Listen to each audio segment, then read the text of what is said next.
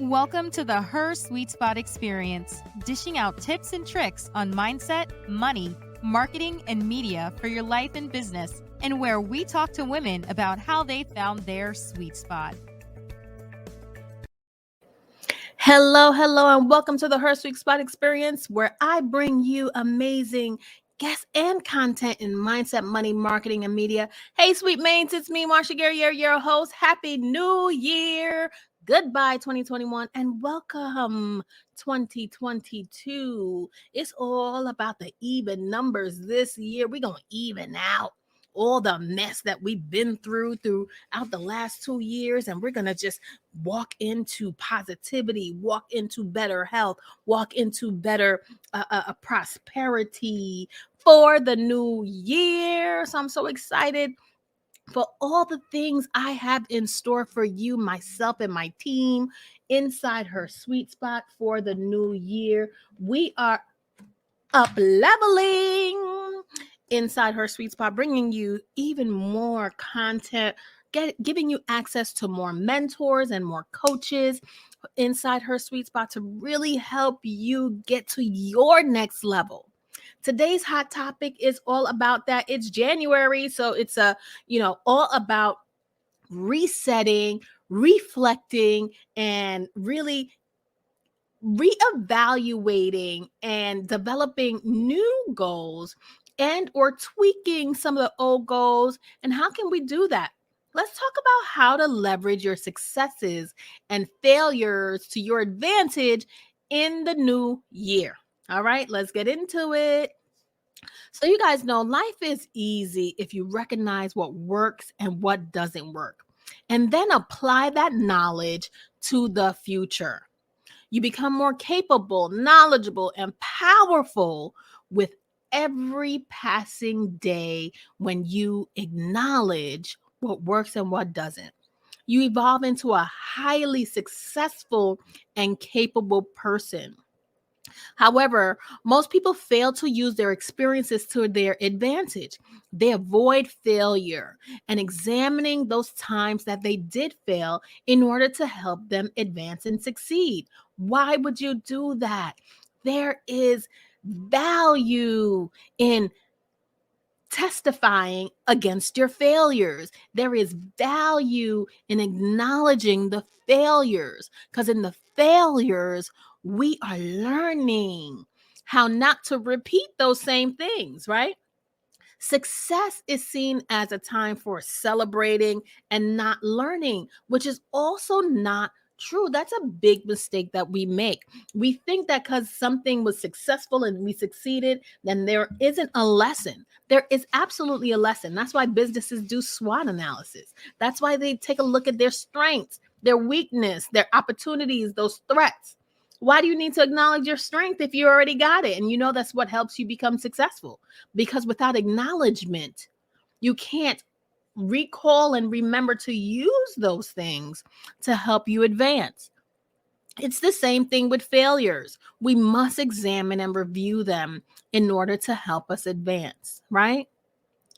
The rules of life are revealed to you every single day, whether you are what you seem is successful or what you deem to be successful or failure of your time and your day, right? Imagine if you used every experiences to become more evolved and to enhance the version of yourself that you are today walking into the new year. Imagine if you learned from every mistake and every success. What if you never repeated a mistake? What if you made the most of your successes? We can't just take a success and run away and walk away. We have to learn how to leverage your successes. How would your life change in a year, in 5 years, in 10 years, if you were to repeatedly review, acknowledge, and repeat or not the results of a success or a failure, right? If we do that, the things you can achieve are endless. Follow this process to make your successes and failures work for you.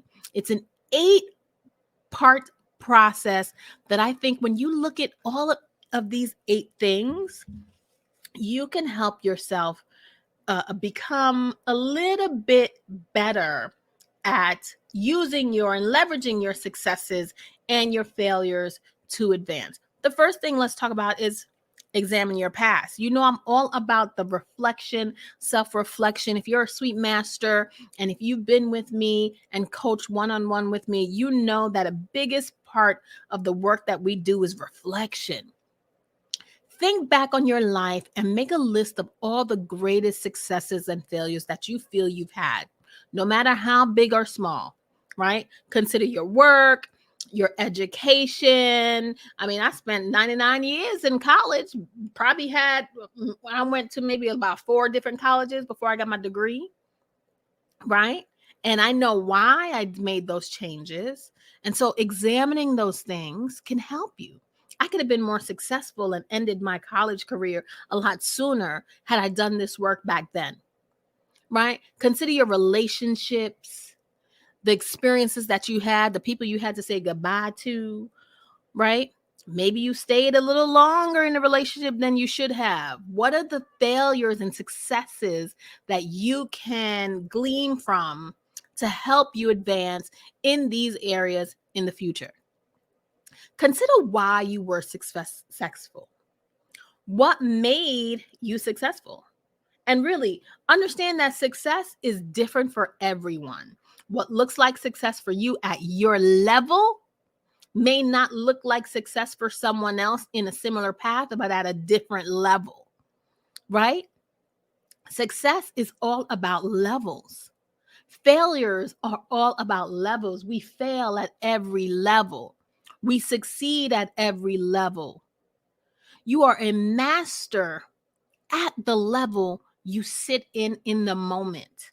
When people say, oh, I've still got time to master this. No, you already are the master at the level you are sitting in the moment. Keep that in mind. Consider why you failed. What can you learn from that? And then you can apply that in the future. That's what we need to do when we're examining and reflecting on the past. The second thing you can do is determine the purpose you have for your day, right? Determine the purpose for your day. Successes and failures are often the result of little successes, little failures that occur on a daily basis. When you look back at certain things, you're going to say, oh, I remember the exact moment when I knew that was going to go bad, when I knew that was going to go left, when I knew that was going to go wrong. I knew at that moment. But in that day, had you examined and did a reflection of that day, you possibly could have avoided or pivoted that failure, right? So it's important to determine the purpose of the day. Setting a standard for the day provides that benchmark for determining your success on that given day. The third thing is determine your long-term goal. That's really probably should be the second thing, right? Examine your past and determine your long-term goal.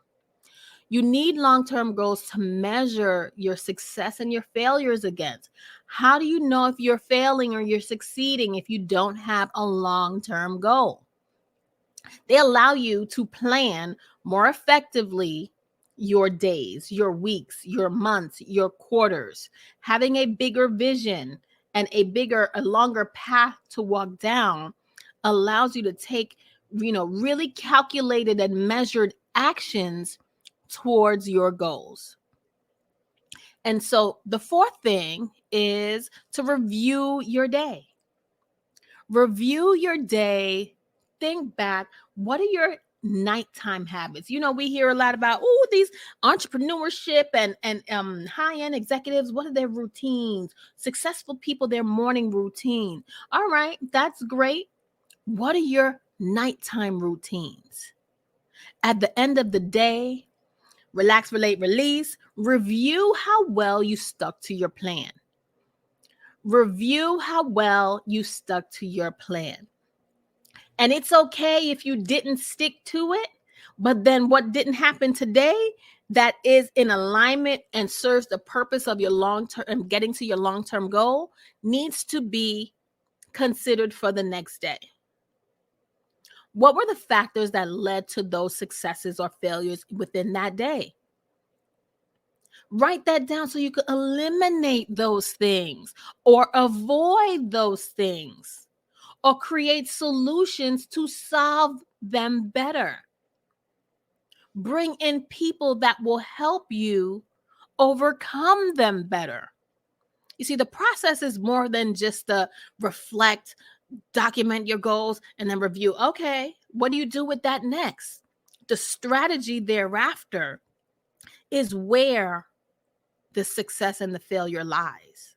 Identifying it is the key factor, but the actions you take thereafter is what will determine your success and failure rate, right? And the velocity at which you succeed and or fail. The fifth thing is to determine ways to improve. Now, if you're going to be looking at your failures, now we need to come up with some strategies. We need to come up with a plan to make some changes, right? What changes can you make tomorrow? Like I just said, who do you need to bring into the fold? What do you need to do in order for you to either avoid the mistakes or double down on the success? Let's double down on it, right? You made 5 phone calls that got you a client. How about tomorrow we make 10 phone calls? Maybe it'll get us 2 clients. That is doubling down on your success. Look at what you did. See if within the time and space you have in the next day, if you can double down on what worked well so that you could repeat it 2 times, right? Determine ways to improve. Number 6 on how you can leverage your successes and your failures is to test your hypotheses. Spend a day executing the plan. Did you have a better day? What were the failures? What were the successes? Can you do that again and again and again? So it's determine ways to improve and then test out the new hypotheses. Test out the new plan and strategies to do it again. Rinse and repeat. Number 7 is ask friends and families for help. Ask your friends and family to help you identify why you've been successful or unsuccessful in the past. Now, let me tell you something. I'm talking about constructive people who could be fair and can kind of remove themselves, personal selves from the situation to give you true, honest, constructive feedback. Right? We're not looking for people. It's not Aunt Betty who's always telling you, girl, every time you try to go on a diet, it never worked. And no, you need someone who can be constructive and say, listen, I noticed that when you are on a diet, when something happens in your life, you become an emotional eater. Identify the triggers that help you or distract you from your goal. You need someone in your life that knows you well, that is around you in a way, and then could give you that constructive feedback. What are the ideas you hear over and over again? Oftentimes, there are certain people in your life that often tell you something about yourself multiple times, and you just don't hear it. You just don't want to believe it. You need to stop and remove your ego from the feedback as well, so that you can really analyze what they're saying with clarity. How can you apply this information to your life, to the goals that you're trying to achieve, right? It's important to really get that feedback from people. And sometimes it's not friends and family. Sometimes it's your coworkers or your boss. It's important to make sure that the person you're getting that constructive feedback from doesn't hold a bias to wanting to be negative and keep you down. And the eighth and final thing, guys, is to keep a journal. And it's whether it's a journal or a planner. If you're like me and you have a little desire to remain spiritual while you are planning, go to planprayprosper.com and order yourself a Plan, Pray, Prosper planner, which combines prayer, scripture, and goal setting. A journal can be a great tool for making the most of your successes and failures. It is so important for me in all that we talked about in these eight tips. It really comes down to reflection, writing those reflection, writing the things that you can improve, right? It's the time of year where you all know, and if you saw my blog post, you know it's the vision board season, and it's recreating new vision boards. And now the way you could design vision boards, a lot of people we're so into technology now that we know how to do mind maps and different ways, carding and boarding our goals, right? There's so many tools out there that you can use to document, to analyze and review, and to keep the journal of what you're doing. Keep a daily log of your tasks. Check them off, scratch them off, write them into the next column or the next day, right? Change those due dates if you have to. It's okay. It's okay if you change a due date on a goal, right? But you got to keep that goal in mind. You got to keep that goal on the forefront. You got to create action plans to allow you to execute small tasks that gets you to accomplish the bigger goal. You'll learn things from your past and your present that could be applied to your future that will absolutely get you to where you want to go. Are you more or less successful than you were 5 years ago, do you think? The most common answer that people say, well, I'm about the same. But I think in the last few years, certainly the last 3 years, there is such differences and disparities in how people are feeling because of their mental health issues that occurred in the last couple of years. They may feel a sense of failure. But I want to argue to say those things are things that were almost always within you and we're going to pop up at some point, and really examine what areas that triggered some of the feelings that you were going through, right? I want you to live in the moment. Examine the past so that you live in the moment to build the future that you've always envisioned for yourself.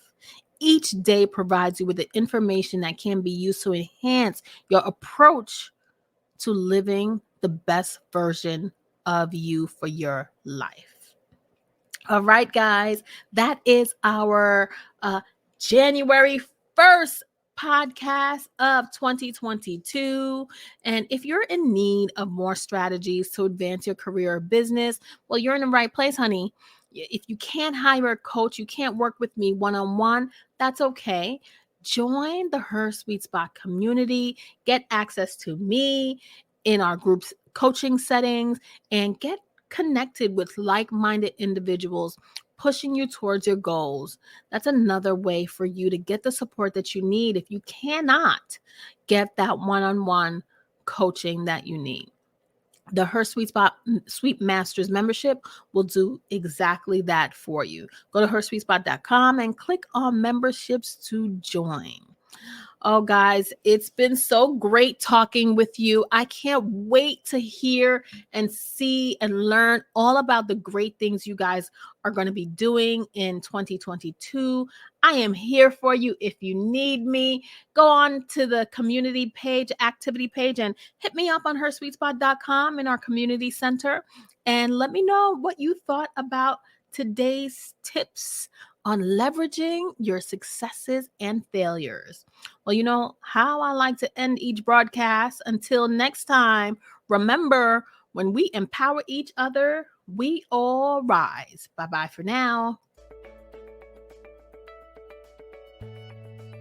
Thanks for joining us this week on the Her Sweet Spot Experience. Make sure to visit our website, www.hersweetspot.com. That's her, SUITE, spot.com, where you can become a member of our growing community and get great content for your life and business. Don't forget to subscribe to our podcast. We are your strategic partners to grow your business.